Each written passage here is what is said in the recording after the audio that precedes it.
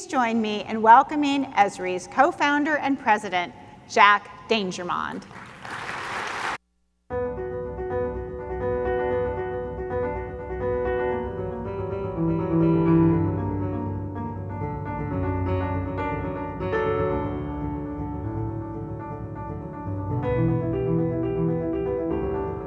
Our whole purpose, our core purpose, is to keep the pulse of the planet, take the measurements, collect the data that characterize this Earth we live on.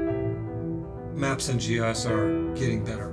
They're becoming richer and smarter and more powerful. We collected years of data that we'd poured our heart and soul into, and now for the first time made it available in one seamless system. What's amazing about the GIS platform is not just all the data that it can aggregate, but its ability to display that. The people on the ground, they need the tools so that problems can be solved. You're looking at what's happening now, not what happened 12 hours ago. And this is the new way of governing.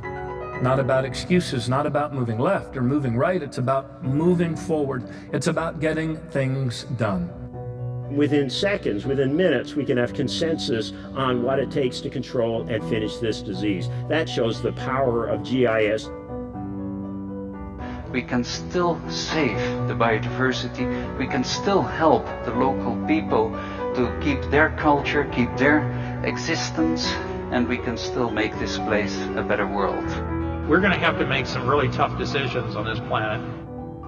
And it would be so much better if those decisions could be based on scientific knowledge. Every action we do has an impact on the world around us, and we have a choice as to what sort of impact we want to make. The concept of GIS brings us closer to an age in which it is possible to adjust our philosophies and our lives to existence on this planet as it really is. First, we must get on with the mapping of the world.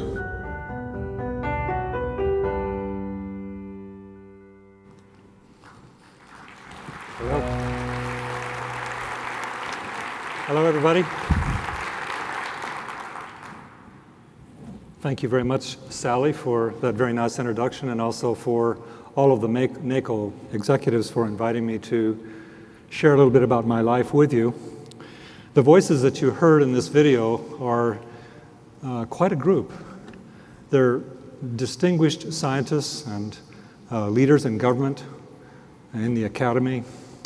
And I hope what you heard in their voices was some sense of how they think about geographic knowledge and science and how it will integrate into creating a better future for our planet. First, I'd just like to assert to you that GIS, this technology of putting data about geography in the computer, is creating a smarter world already. And so at the beginning of this talk, I thought I would share some of the work that's going on, some of it in your counties. GIS is affecting the whole process of planning and economic development, from green infrastructure planning to urban design to regional planning, and making a huge difference in terms of understanding before acting. I like that phrase. Understanding precedes action. And certainly there's no area other than planning where that really is important. We create with geographic knowledge understanding, and then can act in a more sensible and smarter way. GIS is also a kind of language which is opening up our communities, opening up our counties to share information, not only providing open data, but also open stories like story maps, so people can understand the distribution of public issues like school access or environmental issues that are, and by the way, to put this in scale, today probably 50 million maps will be viewed of this type. It's becoming a kind of language. About 1 billion maps will be looked at off of these kind of GIS observational things today, and story maps in the, well, it's just trending. Okay, it's not Facebook, but you get the idea of geographic storytelling.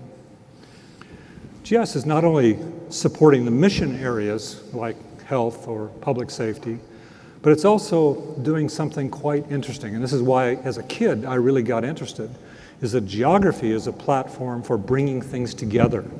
It's kind of an integrative platform. It allows us to integrate all of the ologies, but also all of the different departments, like the geology and the climatology and the sociology. We can layer these things together and see the whole. In county government, the same sort of issues of segmentation or stovepiping occurs. We have the health department and the planning department and the cadastre and policing. But through geography, we can actually begin to mash up or overlay this information and see it as a whole. And this is changing, ladies and gentlemen, the very nature of how we see our planet and how we see our organizations. Today, if you look at this morning's LA Times or yesterday's LA Times or the New York Times or the Wall Street, our world obviously is increasingly challenged. And you as elected officials perhaps know this better than anyone because you're hearing it from all directions. The evidence for me is very clear that the arrows are going in the wrong direction and it's not sustainable. I mean, ladies and gentlemen, it is just clearly to me, living on the planet for 70 years, this isn't going to work out.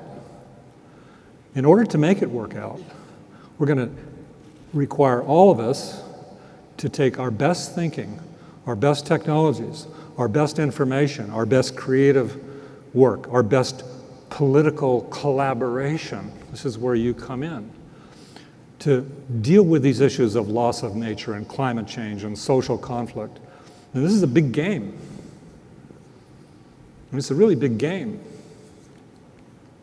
And it isn't going to be solved by stovepiping or operating in our own little fiefdoms or our own little balls of clay. GIS is getting smarter. It's integrating all sorts of technologies, like bigger, faster machines, big data, advanced modeling, better visualization, time-space information, and it's being made available on any device. Any device, anywhere, anytime, that sort of thing. And it's helping your organizations and can help your organizations, but it has to be visioned properly. What do we mean by smarter? First, the whole concept of the Internet of Things means that we can take dynamic, changing information. A simple analogy is traffic, but also water pollution or air pollution or noise or where people are. We can bring them in and spatialize them in real time. That's already happening in places like FEMA headquarters, where we see and track storms and we see where there's vulnerable populations, or in Seattle here, crime patterns, reading in real-time information, visualizing it, making it available to everybody else. So the world is becoming real-time in digital space. A smart GIS also means connecting to everybody. Almost all of you here have one of these smartphones. You connect in, and the language of maps becomes a common language for creating a relationship between me as an individual and my organization. Here's where I am. This is what I'm doing. I'm connected. Systems of engagement is what it's called in the industry. And these apps are the language that allow that to occur. Field apps, so that my field workers can connect with my office workers and optimize data collection and analytics and give field workers direction. Is this interesting to you? Okay, so just checking. This smart GIS also embeds advanced analytics and visualization. This means that I can take all of these layers of data and I can analyze the relationships and make projections and predictions with them. This is called systems of insights. I can be insightful. I can see this relationship between this and that, and as a result, better act or respond. GIS is transforming understanding through this analytic environment. with new tools for visually interacting with the data, taking a spreadsheet, seeing it spatially, analyzing relationships of this spreadsheet and that spreadsheet, and doing advanced models, predicting the weather, or predicting storm runoff, or predicting epidemics, those sorts of things. So I might say Smart GIS brings all of it together. It brings the data out of systems of record like parcel data, with systems of record like the pipes, where are they, and connects them with these systems of engagements in organizations, and connects them with systems of insight, these three pillars. You following me on this notion? I mean, normally in IT you have this department, which is the system of record keeping, this department, which is the system of insight creation, sometimes called business intelligence. This is the department of social media. What GIS is beginning to emerge as is a common platform that brings these together and allows us to help organizations understand across the organization, not just one department, not just one mission. So, finally, Smart GIS is allowing us to revolutionize how we plan and design our future. This means bringing all the different layers together and allow us to design, do geodesign is what we call it, or urban planning design. I bring all the physical and social factors together and be able to design and quickly look at different impacts of those designs. GIS is also getting smarter with respect to community engagement. This means not only open data, but going beyond that, an open GIS for community participation. It means that citizens and NGOs can actually have access to those maps, that counties can come out with initiatives like homeless initiatives and involve the whole bloody community in solving this problem. This is another step in the evolution of GIS, a community GIS pattern.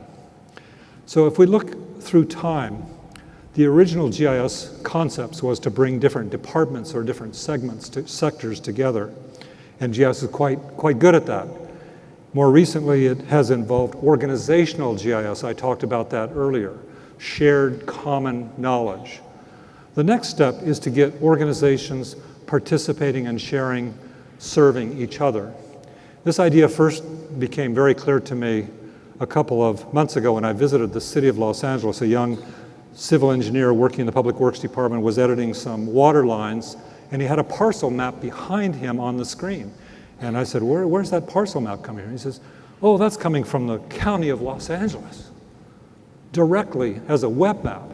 So the hundreds of updates on the parcel map that's made every day in the county is directly served into the city. It's like dial tone. So where is this going?